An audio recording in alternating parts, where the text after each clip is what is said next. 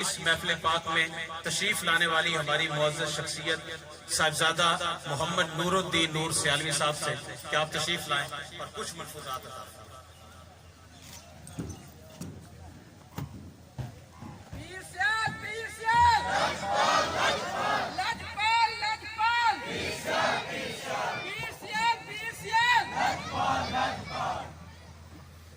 بسم اللہ الرحمن الرحیم۔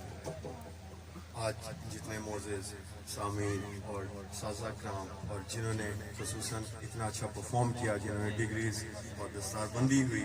اور یہ سارا جو مینیج کر رہے ہیں میرے چاچا جی، ان کو بھی میں آج خصوصاً مبارکباد پیش کروں گا، جو کہ جس طرح پہلے بھی کہہ رہے تھے کہ حضور میرے شیر انہوں نے بھی جب دیکھا، اور اس سے پہلے آپ کو پتا ہے کہ 1800 تقریباً 1834 سے دارالعلوم کی سنگ بنیاد رکھی تھی، اور اس وقت سے تقریباً 200 سال ہو چکے ہیں، اور اس وقت سے آج کے دن تک آپ دیکھ رہے ہیں اسی عظیم و شان اور اسی طرح حضور کی سیاج نواز کا جو فیض ہے، اور جس طرح حضور صلی اللہ علیہ وسلم اور صحابہ کرام اور اہل بیت اولیاء کرام کا جس طرح ایک ادب اور جس طرح تعلیم دی جاتی ہے، اور مذہبی تعلیم کے ساتھ ساتھ جس طرح دنیاوی تعلیم بھی دی جاتی ہے، جس طرح نبی کریم صلی اللہ علیہ وسلم نے فرمایا کہ آپ علم حاصل کریں چاہے چین جانا پڑے، اور ہر مسلمان مرد عورت پر فرض ہے علم حاصل کریں۔ اور جب آپ نے دیکھا ہوگا کہ جنگ بدر میں جو قیدی وہ نان مسلم تھے، وہ اسلام کے دشمن تھے، اور وہ اپنے ان کی نیت جو تھی وہ تو قتل کرنے کی تھی، جو بھی ان کے سامنے ہے جو بھی شہید کرنے کی، لیکن پھر بھی جب وہ جنگی قیدی ہوئے تو آپ صلی اللہ علیہ وسلم نے فرمایا جو پڑھے لکھے ہیں وہ ہمارے جو مسلمان بچے ہیں جو ان پڑھ ہیں ان 10 بچوں کو پڑھائے اور ان کو رہائی مل جائے گی۔ یہ اور اس طرح کی کئی اور جس طرح کے جو پڑھے لکھے ہیں جو ان پڑھ ہیں، وہ ان کی اس طرح مثال ہے جیسے ایک اندھا ہوتا ہے اور دیکھنے والا ہوتا ہے، کہ جو ان پڑھ ہے وہ اندھا ہے اللہ کے نبی کریم صلی اللہ علیہ وسلم کے نزدیک بھی، اور جو پڑھا لکھا ہے جو علم والا ہے وہ ایک دیکھنے اور جس طرح جو اس کی آنکھوں میں نور ہوتا ہے، جس طرح روشنی ہوتی ہے وہ دیکھ سکتا ہے سمجھ سکتا ہے، اس طرح اس کی مثال دی گئی۔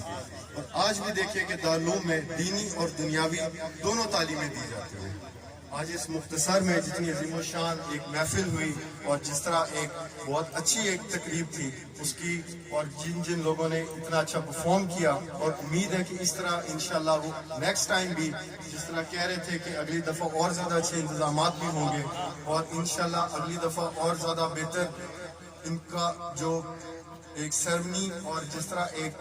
طریقہ ہونا چاہیے پڑھائی کا، اور اس میں اور لیبس میں بھی جس طرح کہ آپ دیکھا کہ پہلے کمپیوٹر لیب نہیں تھی، اس طرح بھی